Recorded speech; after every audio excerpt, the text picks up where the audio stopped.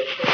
I went to a home visit, and since that was the second time, I figured I don't need a driver to help me move around. So I just, and plus, I was running to our plant. So I just hop into my car and start driving. And then once I got to the service street, I was like, I'm already late. But it's okay, I'll find it. So I was looking at it, she's like, did I make a turn here last time? Or am I already past you, or still ahead of me? And then that's when I ran the red light.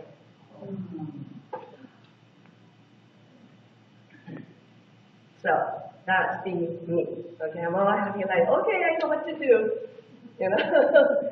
So, well, and again, I'm saying this because you will find your children, some like that, and some, they're all different. Okay, and the one is not necessarily better than the other category of other kind of children. They are all different. So this morning, we're going to talk about parenting. Okay, I want to know, I'm a grandma, so are there any grandparents here? Really? Nice to see you. Okay, for the other people here, if you have children under the age of 2, would you raise your hand? So I kind of know one particular one. Under 2, okay. You have preschoolers from 2 to 5. Thank you. And school-age children, 6 to 12. Okay. Parents of high schoolers. Parents of college students. So I can see a majority of you. Majority of you have children, young children, right, between the ages of 6. And I want this to be really interactive. I don't want to be doing a monologue this morning. Okay, so please feel free to talk to me. So what do you want to learn today? What do you want to learn from this? We have about an hour. You all have the outline, right? Okay. What seems to be more important to you?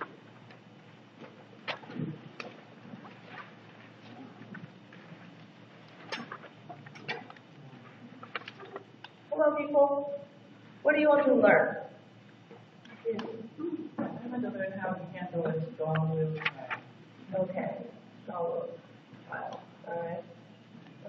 Yes, I need to know how to deal with overly Oh, the class clown kind of child. What else? What else? Yes. Yes, that's really important. Do you think first-time obedience is possible? Oh, yes. It is possible. And that's what we want. First-time obedience. I know some people may disagree with me, but I believe it can happen. Yes. Techniques and strategies for helping a child that lacks focus and is trying to get them back on track. Yeah. Easily distracted. You want them to be able to finish the task given to them and concentrate on school or whatever they're doing, they be able to have that kind of the ability to sustain themselves, not get distracted or grounded, and they can focus on what they need to do. Yeah. Okay. All these are very good purposes. Yes. I tell my boy to I talk to him a lot of very one. I think that he's very shy. So when he's afraid or when he's fear, I told him we should pray and like, wow, how do I tell him a child to be right about it? Is it one of the questions from you? Yeah. Okay. We want our children to have a relationship with Jesus and to know that they can count on Him. When parents are there to help them, that they can pray to the Lord and get strength from Him. Mm-hmm. Okay. Yeah. I think for my husband and I, we would like for our children to be able, eventually, just a little bit, to make a decision and know that they're making a good decision, and like to be like self-assured and know that they're doing something that not just pleasing to us, but pleasing to God. So I guess that's my question. Like, what can we do to encourage them to feel that they have good self-esteem, but that's not just based on themselves, but based on something bigger? Yeah, something bigger, right? That they really know that they can make good decisions, and they need to make good decisions. That's not easy. It's getting harder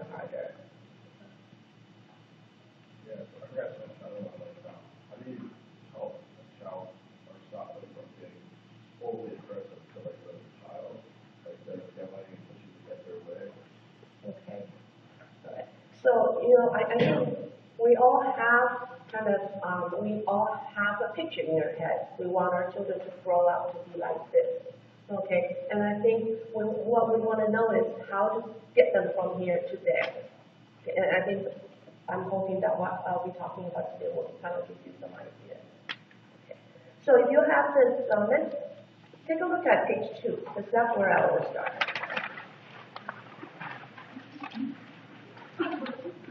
Do you know that your children are important? You are important too.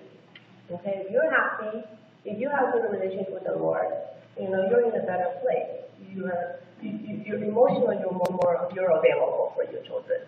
Okay, so let's talk about care for yourself. You know how children sometimes when they become a teenager, they complain to their parents that you don't have a life. Okay, I hear them say that a lot. You go have a life. Go have a life. That's one. And then 2, they say, you don't understand me. Okay, so why should I listen to you? You don't even understand. And they walk away. Okay, they're angry. You don't understand. And then they somehow, I think they still love you a lot. So they're hoping that, please, mom and dad, have a life. Like, leave me alone. Okay, go enjoy life yourself. Don't just be on my back. Go have a life. So we want to practice, even when they're babies, to have a life. Okay, can someone tell me what have a life is like for you?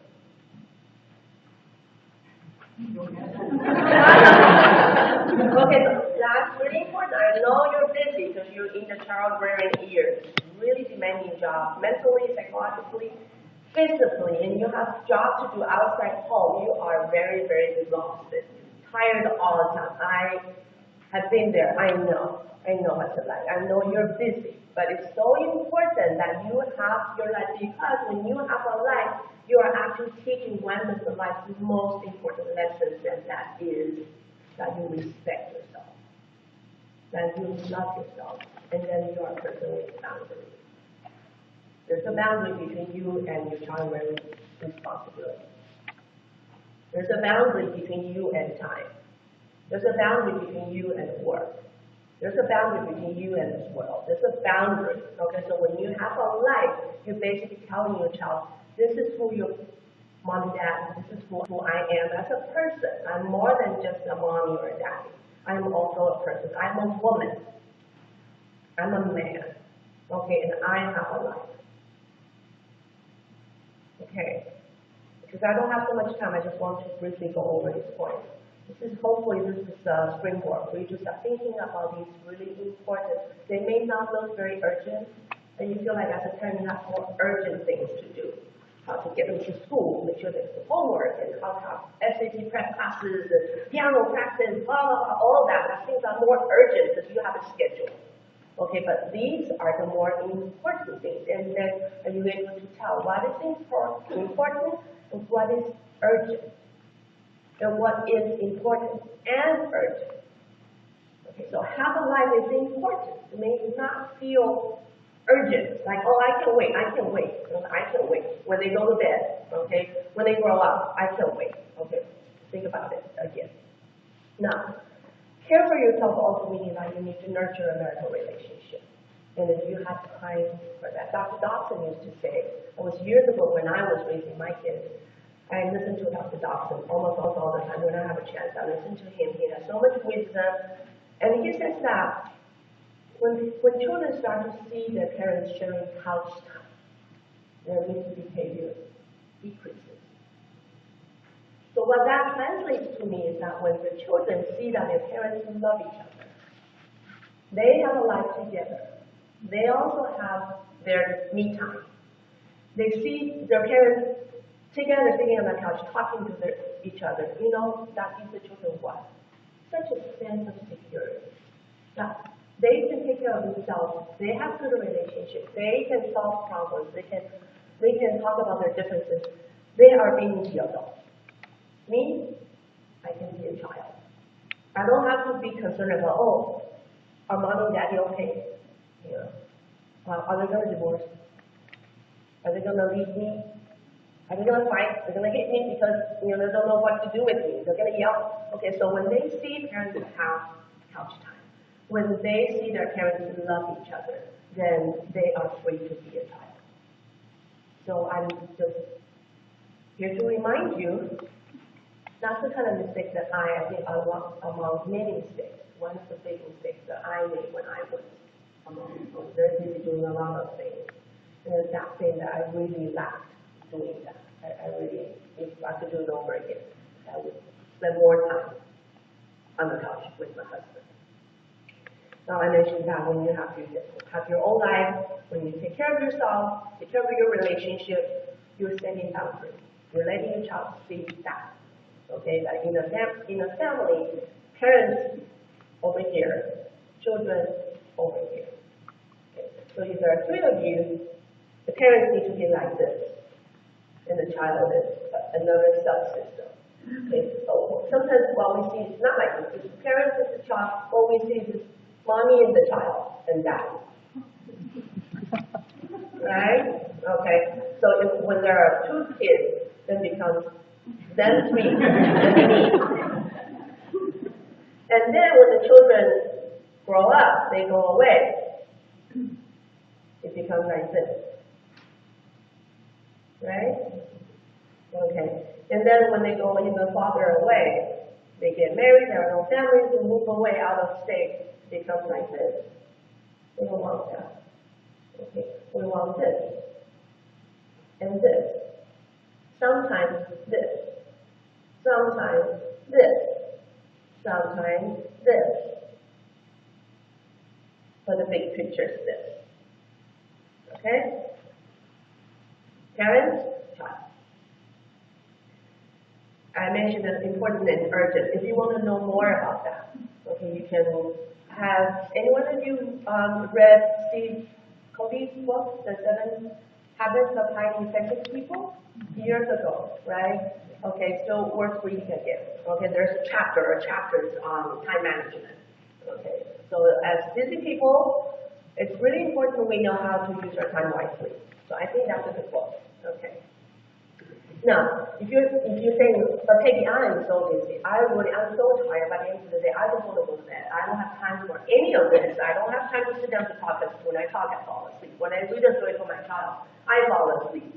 You know, I just sit on the couch for a minute and watch TV. I fall asleep. I'm just so tired. I don't know if I can have any time to do this kind of self-care. I don't know how to do it. I do not have time. If you are one of these people, you're so busy, you don't have time, then I want to suggest that you find these what I call oases of peace. Meaning that there are 2 minutes here, 30 seconds here, 1 minute here throughout the day, and your job is to locate those time slots, find those times, and then start from there. Okay, so can someone identify those oases for us? 30 seconds here. You have 30 seconds? Exactly. First cup of coffee, you're waiting for the coffee to brew. Your eyes are barely opening up. Okay? Everybody's still sleeping. Quiet. Devotion time for the yeah, 30 seconds is good. It's a good beginning. Yeah, you need to have. Okay, any people? Anybody here? Those very, very short period of time, but that time is yours. Can you think of it? The restroom. Restroom, exactly. I like that. I like that. Okay? So, guys, I don't want you to just come and listen to these concepts. And you say, oh, that sounds good, and you turn around and forget about it, and then life is the same. Okay, so if you come today, Saturday morning, you made an effort to come instead of sleeping in, I want you to be able to walk away with at least something. Even like, oh, I know I can have 30 seconds to myself.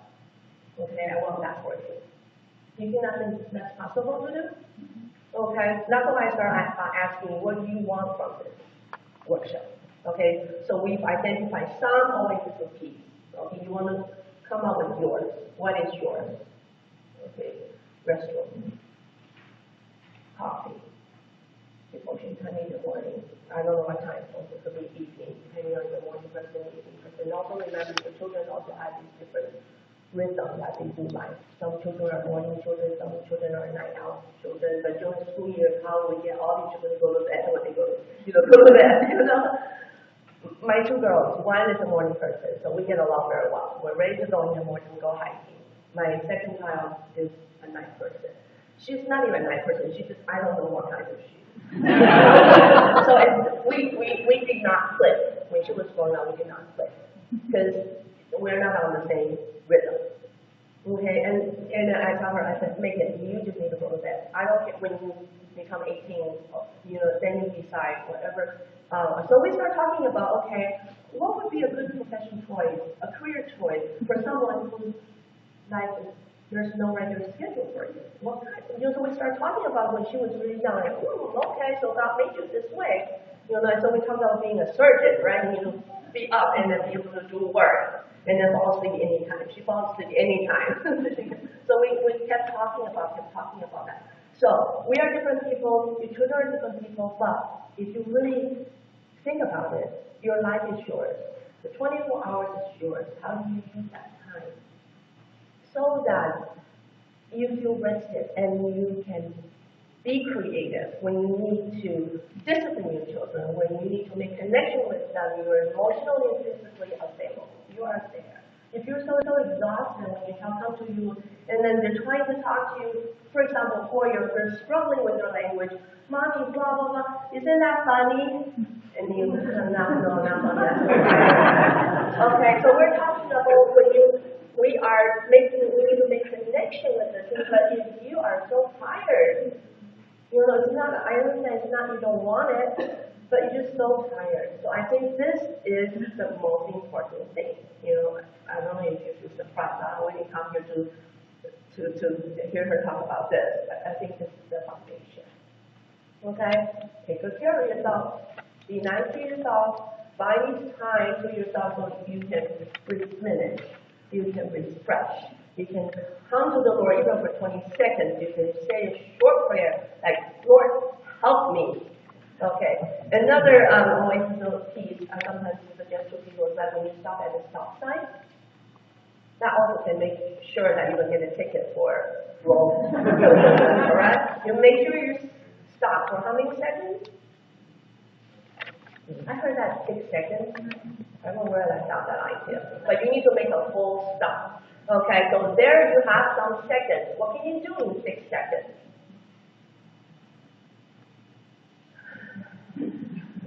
You can do that. A lot of times we're so tense. We want to go through the day, with so many tasks in front of us. We're tense all the time. We even forget to breathe. My husband was doing exercise. She's really doubtful about really want to do it. I said, Tim, breathe. Don't forget. Sometimes this is all we need. Okay, next time we see a red light, stop sign, stop. Okay, we good? Okay, you thinking about what you're always thinking when you're waiting for the coffee machine to run? There you go, some time there. Okay, coffee, or the stop. You can think for yourself. Okay, ready now. Let's go to first page. We're going to take a short break, like around 9:45. A short break for like 2 to 5 minutes. Oh.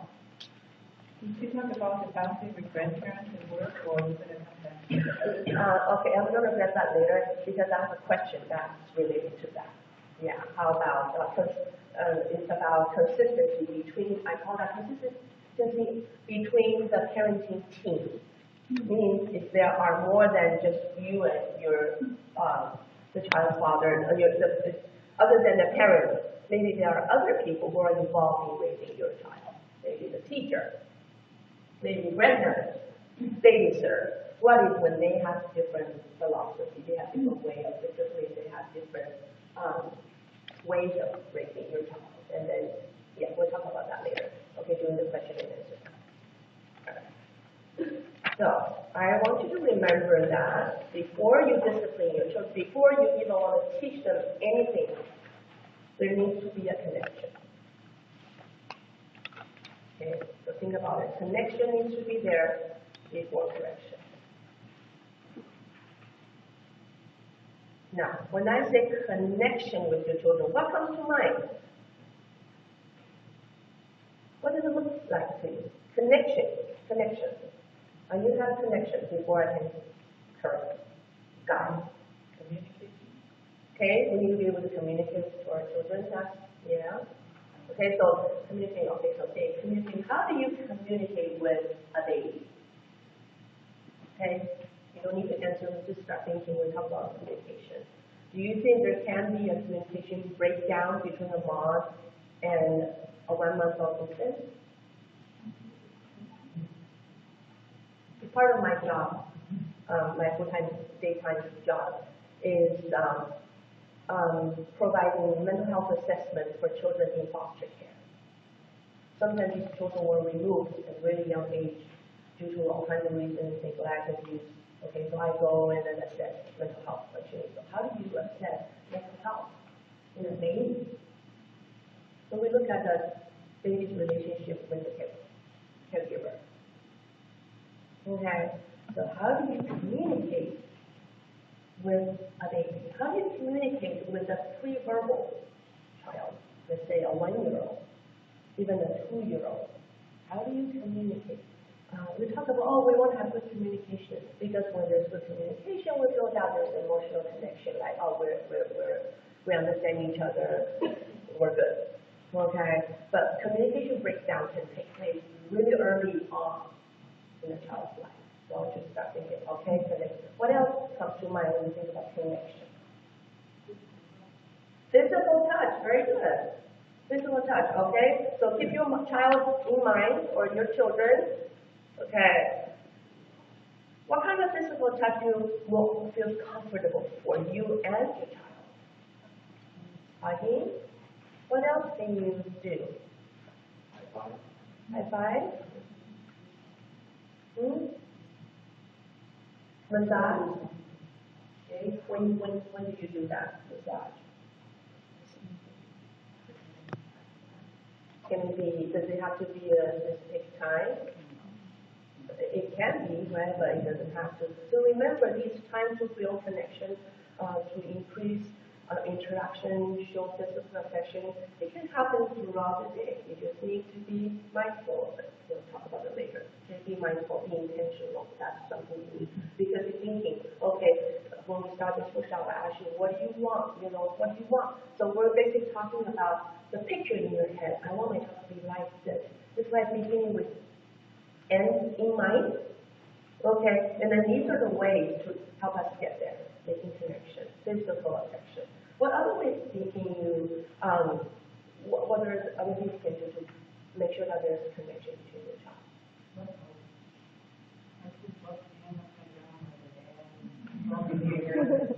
Yeah, roughhousing. Okay, so really have a fun time together. Really abandon yourself. Okay, forget that they need to do homework and